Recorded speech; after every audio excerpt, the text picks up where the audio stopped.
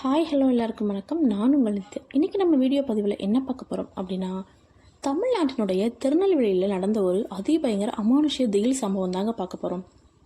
தாமிரபரணி ஆற்றுப்படுகையில் கர்ப்பிணி பெண் குளிக்க சென்றபோது தவறி விழுந்து இறந்து போயிட்டாங்க. அதற்கு பின்பு நடந்த அமானுஷ்ய சம்பவங்களை நம்ம சப்ஸ்கிரைபரான கதிர் தாங்க இதை முழுமையாக நம்மக்கிட்ட சொன்னார். 2010ஆம் ஆண்டு காலகட்டத்தில் இவங்க வீட்டுக்கு பின் ஒரு வீடு இருக்குது. அந்த வீட்டுக்கு புதுசாக திருமணமான தம்பதிகள் குடி வராங்க. இந்த பெண் சிட்டியில் வளர்ந்தவங்க, ஆனால் இங்கே இவர் கூட இந்த கிராமத்தில் தங்கி இருக்காங்க. இந்த இடம் பிடிக்கலனாலும் கணவர் தன்னை நல்லா வச்சுக்கிறாரு. ஸோ இங்கே அனுசரித்து இருக்கலான்னு இருக்கிறாங்க. கணவர் பெயர் செல்வா, இந்த பெண் பெயர் ராஜி. இவங்களுக்குள்ள அடிக்கடி சண்டைகள் வருங்க. அது என்ன சண்டைனா, சிட்டிக்கு குடி போகலாம், இங்கே இருக்க பிடிக்கலன்னு ராஜி தன் கணவரான செல்வா கிட்ட சண்டை போடுறாங்க. அதுக்கு செல்வாவோ சமாதானப்படுத்துகிற வகையில் சரி போகலாம், ஒரு 3 மாதம் ஆகட்டும் அப்படின்னு சொல்கிறாரு. இப்போது உடனே போனால் பொண்டாட்டி பேசி கேட்டு பின்னாடியே போயிட்டான்னு பேசுவாங்கன்னு சொல்கிறாரு. கிட்டத்தட்ட 4 மாதங்களாக இந்த கிராமம் எனக்கு பிடிக்கலன்னு சொல்லிகிட்டே இருக்காங்க ராஜி கர்ப்பமாகறாங்க ஒரு கட்டத்துக்கு மேலே. அப்போ செல்வா எப்படியும் உனக்கு வளகாப்பு போட்டு உன்னோட அம்மா வீட்டுக்கு கூட்டிகிட்டு போவாங்க, அப்படியே நம்ம சிட்டியில் ஒரு வீடு வாடகைக்கு எடுத்து நம்ம குழந்தை குட்டின்னு அங்கேயே இருந்துக்கலாம் அப்படின்னு ராஜிக்கிட்ட சொல்கிறாரு. ராஜியும் வேறு வழி இல்லாமல் சரின்னு சொல்லிட்டு அன்றைய நாள் இரவு அப்படியே முடியுது.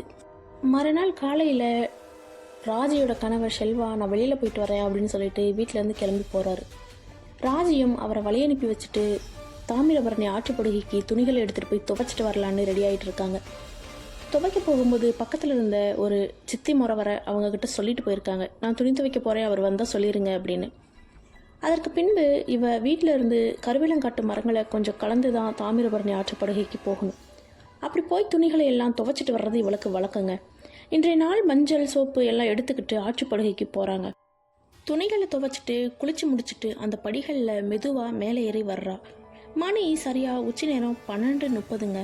அப்போது அந்த கர்ப்பிணி பெண் கால் வலிக்கு படியில் விழுந்துட்டாங்க. நான் ஏற்கனவே சொன்ன மாதிரி ராஜி 4 மாத கர்ப்பிணி பெண்ணும் கூட. கீழே விழுந்தவங்க தன்னோட வயிறு அடிபடுற மாதிரி குப்பரை விழுந்துட்டாங்க. பலமாக அடிபட்டதுனால அதிகமான ரத்தப்போக்கு போயிட்டுருக்கு. எப்போவும் அங்கே மீன் பிடிக்க, துணி துவைக்க, குளிக்கன்னு ஆளுங்க இருப்பாங்க.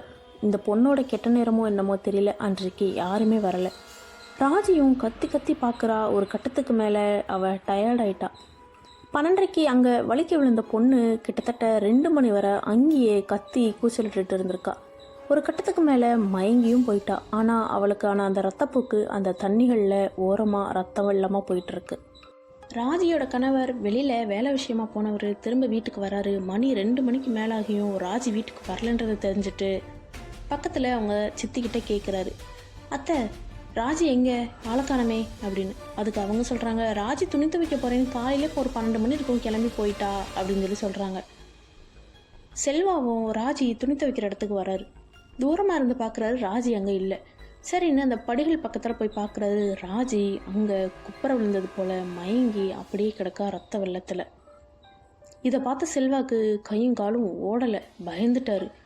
வேகமாக ஓடி போய் ராஜியை தூக்கி மடியில் வச்சு தண்ணிகளை எடுத்து தெளித்து என்னாச்சு அப்படின்னு அலறாரு.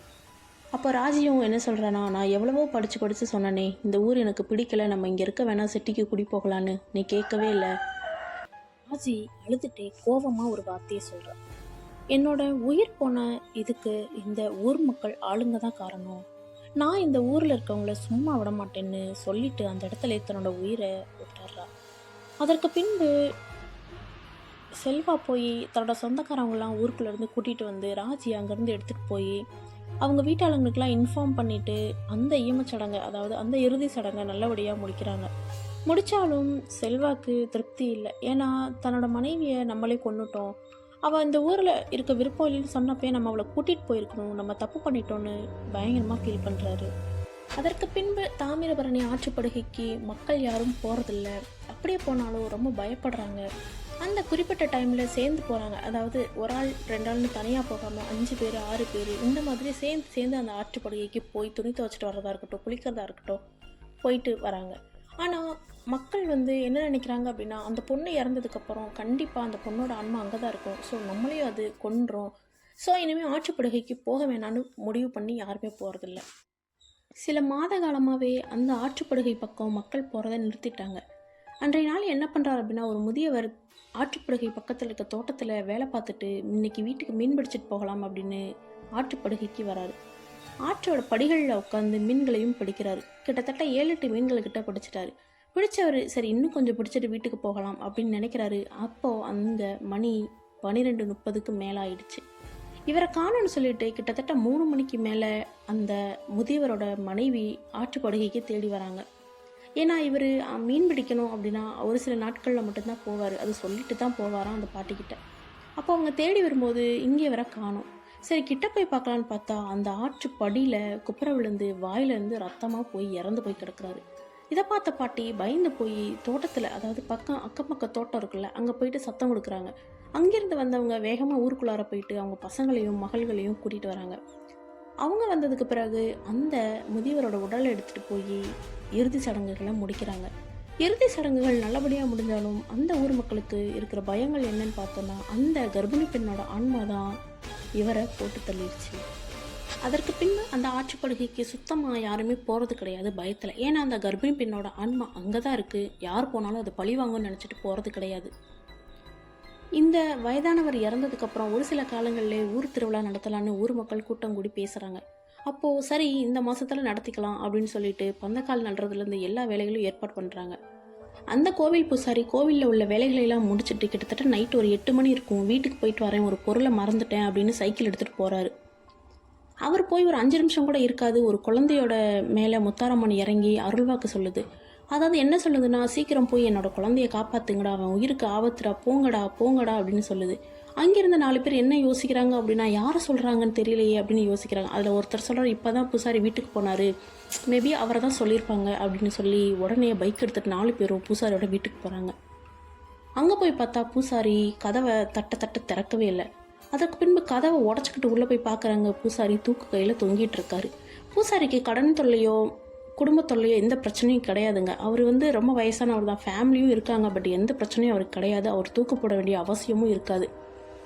அப்படி இருந்த நபர் ஏன் தூக்கு போடணும்னு அவங்க என்னையா ஆச்சு அப்படின்னு கேட்கும்போது, எனக்கு தெரில தம்பி, நீங்கள் கதவை திறந்து என்னை இறக்கும் போது தான் எனக்கு சுயநினைவே வருது, நான் கதவை திறந்தது தான் எனக்கு ஞாபகம் இருக்குது அப்படின்னு சொல்லி அந்த பூசாரி சொல்கிறாரு. சரின்னு பூசாரியும் சேர்த்து 5 பேரும் பைக்கில் கிளம்பி சொடலமான கோயிலுக்கு போகிறாங்க.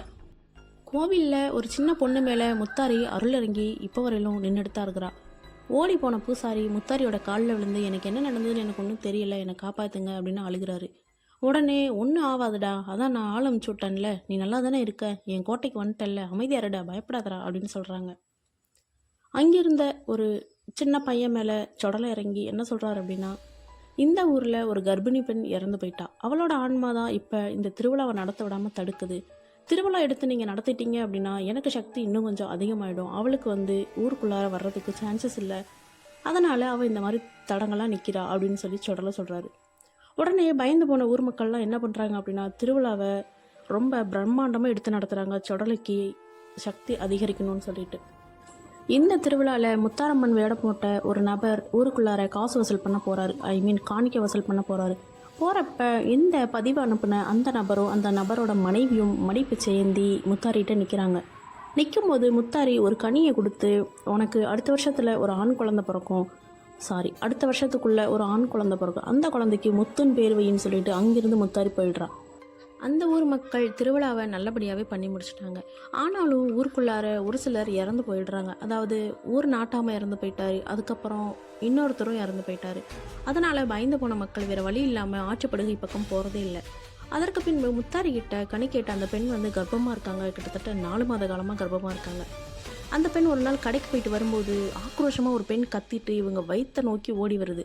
இவங்க கத்துற சத்தம் கேட்டு ஒரு செகண்ட் திரும்புறதுக்குள்ளார எங்கிருந்து தான் சொடலை கோவில் பூசாரி வந்தாரோ தெரில, அந்த ஆக்ரோஷமாக கத்துன பெண்ணை முடியை பிடிச்சி இழுத்து கோயிலுக்கு இழுத்துட்டு கூட்டிகிட்டு போகிறாரு.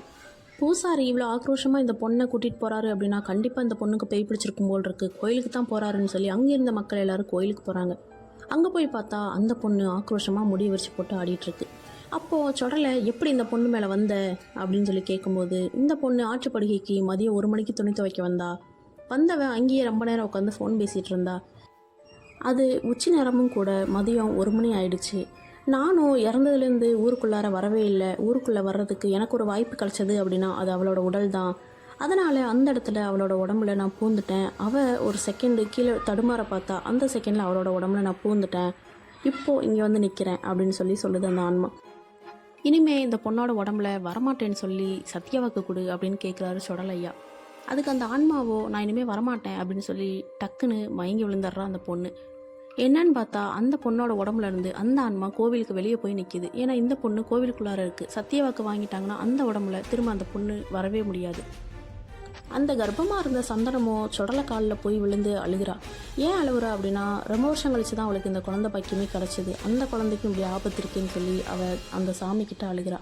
அழுகும்போது அவர் என்ன சொல்கிறார் அப்படின்னா, இது முத்தாரி கொடுத்த சிசு, இந்த சிசுக்கு எந்த பாதிப்பும் வராது, இது என்னோட கட்டளை அப்படின்னு சொல்லி சுடலையா சொல்லிடுறாரு. விபூதியும் கொடுத்து அனுப்பிச்சிட்றாரு. இதை பத்திரமா வச்சுக்கோ, இந்த கனியை உன் தலைக்கடியில் வச்சுக்கோ தூங்கும் போதுன்னு சொல்லி கொடுத்து அனுப்பிச்சிட்றாரு. மயங்கின பொண்ணையும் அவளை வீட்டுக்கு கூட்டிகிட்டு போங்க அப்படின்னு சொல்லிடுறாரு. அந்த பேய் பிடிச்ச பொண்ணை தன்னோட வீட்டுக்கு கூட்டிகிட்டு போகிறாங்க. கூட்டிகிட்டு போய் நைட்டு சாப்பிட்டுட்டு படுத்த பொண்ணு அவளோட ரூமில் இருந்து பெருமூச்சு விடுற மாதிரி சத்தம் கேட்டிருக்கு. அவளோட அம்மா அப்பா என்ன பண்ணுறாங்க அப்படின்னா, என்ன சத்தம் அப்படின்னு அவளோட ரூமில் போய் பார்க்குறாங்க. பார்க்கும்போது அவளோட வயிறு, ஒரு கர்ப்பிணி பெண்ணோட வயிறு எப்படி பெருசாக இருக்கும் அந்த மாதிரி அந்த பொண்ணு மூச்சு விடும்போது பெரிய வயிறாயிட்டு அப்புறம் சின்ன வயிறாயிட்டுருக்கு. இந்த மாதிரி மூச்சு விடும்போது வயிறு பெருசாகவும் சிறுசாகவும் ஆகிறத பார்த்துட்டு அந்த ஆன்மா அவள் உடம்புல இருக்கிறத தெரிஞ்சுக்கிறாங்க அப்பா அம்மா. உடனே அந்த பொண்ணுக்கு தெரியாமல் மெதுவாக போய் அந்த பொண்ணோட தலையில் உச்சியில் இருக்கிற முடி எடுத்து முடிச்சு போட்டுடுறாங்க. அப்படி முடிச்சு போட்டாங்கன்னா அந்த உடம்பை விட்டு அந்த ஆன்மா வெளியே போக முடியாது அப்படிங்கிறத ஐதீகமாக நம்புகிறாங்க இப்போ வரையிலும் கிராமத்து மக்கள். இந்த பொண்ணை சுடலையோட கோயிலுக்கு கஷ்டப்பட்டு கூட்டிகிட்டு போயிடுறாங்க. அங்கே போனோடனே சுடலை பூசாரியோட உடம்புல இறங்குது. அப்போ இந்த பொண்ணு பயங்கரமாக சிரிக்கிறா. சிரிச்சதில் அந்த ஊர் மக்களே பயந்து போயிடுறாங்க. என்ன சொல்லி சிரிக்குது அப்படின்னா, உன்னால் என்னை எதுவும் பண்ண முடியாது அப்படின்னு சொல்லி கிண்டலாக சிரிக்கிறா. அதுக்கு சுடலை என்ன சொல்கிறாருன்னா, நான் பேய்க்கெல்லாம் அதிபதி, நான் பிறந்ததே சுடுகாடு தான், உன் கதையை இன்றைக்கி முடிச்சு காட்டுறேன் அப்படின்னு சொடக்கப்படுறாரு. அதற்கு பின்பு கூட்டத்தில் இருந்த ஒரு நபர் இங்கே வான்னு சொல்லி சுடலை ஐயா கை காட்டுறாரு. கை காட்டினோடனே இவரோ போய் கிட்ட நின்று சொல்லுங்க சாமி அப்படிங்கிறாரு. ஒரு முறத்தை எடுத்துக்கோ, ஒரு தென்னை மர ஓலையில் பாடை கட்டிக்கோ, பாடை மேலே முறத்தெடுத்து வச்சு அதில் பச்சை மாவுகளை கொட்டி ஒரு கர்ப்பிணி பெண்ணோட உருவத்தை செஞ்சு சுடுகாட்டுக்கு எடுத்துகிட்டு வாங்க. ஊரில் ஒரு நபர் இறந்து போயிட்டார் அப்படின்னா அவருக்கு எந்த மாதிரி இறுதி சடங்கு பண்ணுவீங்களோ அந்த மாதிரி இந்த கர்ப்பிணி பெண்ணோட உருவத்தை சுடுகாட்டுக்கு எடுத்துக்கொண்டு வாங்க அப்படின்னு சொல்லி சுடலை ஐயா சொல்கிறாரு. இவர் சொன்ன இந்த நிகழ்ச்சியை கேட்டு அவர் பயந்து போயிடுறாரு. ஐயோ நாங்களா அப்படின்னு ஒரு மாதிரி முழிக்கிறாரு. அதுக்கு சுடலை ஐயா என்ன சொல்கிறாருன்னா, பயப்படாத மக்கா, உனக்காக நான் சுடுகாட்டில் காத்திருப்பேன்டா, நீ வாடா அப்படிங்கிறாரு. உடனே உங்கூட ஒரு 6-7 பேரை சேர்த்துட்டு மொத்தமாக இந்த விஷயத்த பண்ணணும், நான் அங்கே உங்களுக்காக வெயிட் பண்ணிட்டுருப்பேன் வாங்க அப்படின்னு சொல்லி சுடலை ஐயா பூசாரியோட உடம்புல இருந்து அப்படியே சுடுகாட்டுக்கு நடக்க ஆரம்பிச்சிட்டாரு. இவங்களோ அவர் சொன்னபடி ஏற்பாடெல்லாம் பண்ணி பயங்கரமாக மாலைகளெல்லாம் போட்டு ஊரையே அழுது அந்த பொம்மையை எடுத்துகிட்டு போகிறாங்க சுடுகாட்டுக்கு. அங்கே எடுத்துகிட்டு போன உடனே சுடலை ஐயா பயங்கரமாக ஆக்ரோஷமாக சாமி ஆடிட்டு இருப்பெல்லாம் எடுத்து நெஞ்சில் அடிச்சுட்டு கடைசியாக அந்த கர்ப்பிணி பெண்ணோட அந்த பச்சை மாவை எடுத்து வாயில் போட்டு மென்னுறாரு. மென்று முழுங்கிட்டு அங்கேருந்த ஒரு இளநீ அதை எடுத்து குடிச்சிட்டு இதுக்கப்புறம் இந்த தொல்லை வராது அப்படின்னு சொல்லிட்டு அங்கேருந்து நேராக கோயிலுக்கு வராரு. கோயிலுக்கு வந்தவருக்கு மஞ்சள் தண்ணி ஊற்றி அவரை ஃபுல்லாகவே நினைக்கிறாங்க. நினச்சதுக்கப்புறம் நேராக அந்த பொண்ணு பேய் பிடிச்ச பொண்ணுக்கிட்ட போகிறாரு. அங்கே பார்த்தா அந்த பொண்ணோட உடம்புல அந்த ஆன்மா இல்லை. ஏன்னா அந்த ஆன்மாவை தான் சுடலை ஐயா விழுங்கிட்டாரு. அந்த பேய் பிடிச்ச பொண்ணுக்கு மஞ்சள் தண்ணி அடித்து எழுப்புனா அந்த பொண்ணு எனக்கு என்னாச்சு, எனக்கு உடம்புலாம் வலிக்குது அப்படின்னு சொல்லி அவங்க அம்மாவை பிடிச்சிட்டு அழுகுது. உடனே சுடலை ஐயா உனக்கு ஒன்றும் ஆவலடா, நான் இருக்கேன் உனக்கு அப்படின்னு சொல்லிட்டு இந்த பொண்ணை மஞ்சள் தண்ணியில் குளிக்க வைங்கன்னு சொல்கிறாரு. 7 பானையில் தண்ணி எடுத்துகிட்டு வாங்க, மஞ்சள் கொஞ்சம் கலந்துக்கிடுங்க, வேப்பம் இலைகளையும் கலந்துட்டு அந்த பொண்ணை குளிக்க வைங்கன்னு சொல்கிறாரு. அவங்களோ அவர் சொன்னபடி குளிக்க வைக்கிறாங்க. குளிக்க வச்சுட்டு அந்த பிள்ளைக்கு விபூதி, அதாவது திருநீர் பூசி விட்டுட்டு ஒரு கனியையும் கையில் கொடுத்து இதை பத்திரமா வச்சுக்கோ, பயம் வந்தால் இதை கையில் எடுத்து வச்சுக்கோ அப்படின்னு சொல்லி வீட்டுக்கு அமுச்சு விட்டுறாரு. அதுக்கப்புறம் எல்லோரும் முன்னாடியும் சுடலை ஐயா என்ன சொல்கிறாரு அப்படின்னா, இந்த ஊரை எப்போவுமே நான் காத்து நிற்பேன், யாரும் எதுக்காகவும் பயப்பட வேணாம், என்னோடய எல்லைக்கு மட்டும் வாங்க, உங்களோட குறை நிறைகளை சொல்லிட்டு போங்க, நான் பார்த்துக்கிறேன் அப்படின்னு சொல்லிட்டு பூசாரியோட உடல்லேருந்து விலகிடுறாரு. பூசாரியும் மயங்கி விழுந்துடுறாரு. பூசாரியே மயங்கி விழறாரு அப்படின்னா அவரும் கொஞ்சம் வயசானவர் தான். சுடலை ஐயா எப்பவும் போல் இல்லாமல் இப்போ ஒரு நாள் முழுக்க பூசாரியோட உடலில் இருந்தார். அதுவும் இல்லாமல் அந்த கர்ப்பிணி பெண்ணை கட்டுப்படுத்துறதுனால நிறைய எனர்ஜி வேஸ்ட் பண்ணிட்டாரு. அதனால் அவர் மயங்கி விழுந்துட்டார். ஓகே கைஸ், இந்த பதிவு உங்களுக்கு பிடிச்சிருந்தது அப்படின்னா லைக் பண்ணுங்கள், ஷேர் பண்ணுங்கள், மறக்காமல் சப்ஸ்கிரைப் பண்ணுங்கள். இந்த ஸ்டோரியை திருநெல்வேலியிலேருந்து நம்மளோட சப்ஸ்கிரைபர் கதிர் அண்ணா தான் நமக்கு சொன்னார். அவருக்கு மிகப்பெரிய தேங்க்ஸ் சொல்லிக்கிறேன். ஓகே கைஸ், நெக்ஸ்ட் ஒரு பதிவில் நான் வந்து உங்களை சந்திக்கிறேன். அதுவரை நான் உங்களை Nithya. Tata, bye bye, take care.